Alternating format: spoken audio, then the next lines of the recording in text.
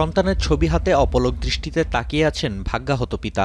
Jeju air বিধ্বস্তের ঘটনায় প্রাণ হারিয়েছেন আদরের কন্যা জংলুক দুয়াংমানি। তাই দক্ষিণ কোরিয়া থেকে ৩,০০০ কিলোমিটার দূরের থাইল্যান্ডের এই বাড়িতে চলছে শোকের মাতম। পিতার একমাত্র চাওয়া শেষকৃত্যের জন্য সন্তানের দেহাবশেষ ফিরে পেতে থাই সরকারের সহায়তা। เอาสินะครับที่ไปคิดตั้งแต่นั้นคิดว่าเฮ็ดจังได๋จำเป็นมันเกิดอุบัติเหตุแล้วผู้ใดก็คือกันบ่ว่าเพิ่นว่าโตบ่นึกว่าได้เป็นเจ้าของจังซี่ শোকের ছায়া নেমে এসেছে গোটা দক্ষিণ কোরিয়ায়। বিমান বিধ্বস্তের ঘটনায় নিহতদের স্মরণে ফুল দিয়ে শ্রদ্ধা জানিয়েছেন ভারপ্রাপ্ত প্রেসিডেন্ট সহ সর্বস্তরের মানুষ। হতাহতদের পরিবারকে সান্ত্বনা দিয়েছেন বিরোধী দলের প্রধান। এ সময় জেজু এয়ারের কাছে ক্ষতিপূরণ চান স্বজনেরা। সর্বাত্মক সহায়তার আশ্বাস দেয়া হয়েছে এয়ারলাইন্সের পক্ষ থেকে। 귀중한 생명이 희생되신 점에 대하여 진심으로 사과드립니다.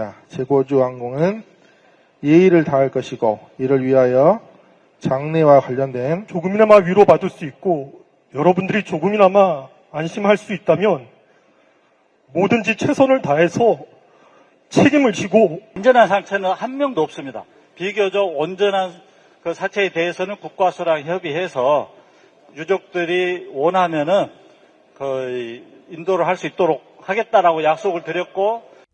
জরুরি ভিত্তিতে দক্ষিণ কোরিয়ার সকল উড়োজাহাজের সেফটি ইন্সপেকশনের নির্দেশ দিয়েছেন ভারপ্রাপ্ত প্রেসিডেন্ট। এছাড়াও বোয়িং 737-800কে আলাদা নজরদারির মধ্যে আনার পরিকল্পনা নিয়েছে প্রশাসন।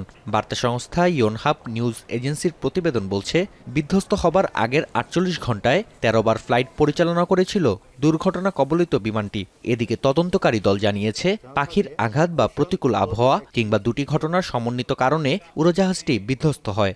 시간적 여유가 있었으면 아마 그렇게 준비를 해달라고 했을 수도 있었겠네요. 소방차도 대기시키고 보통 이제 이머전시 이제 비상 착륙을 하게 되면은 그런 부분들을 전사들이 요구를 하고 가제탑에서 그런 요구를 받아서 소방대도 대기시키고 하는. ৬ বছর পর সবচেয়ে ভয়াবহ সময় পার করল এভিয়েশন খাত। এবছর বেসরকারি উড়োজাহাজ দুর্ঘটনায় প্রাণ হারিয়েছেন ৩১৮ জন, যার মধ্যে ডিসেম্বরে প্রাণহানির শিকার ২/৩ যাত্রী।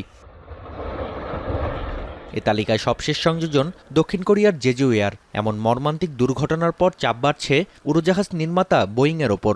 গেল ৫ বছরে পুঁজিবাজারে $২৩০০ কোটি বেশি দর হারিয়েছে মার্কিন প্রতিষ্ঠানটি। নাফিয়া আরমান মনন, এখন বিশ্ব।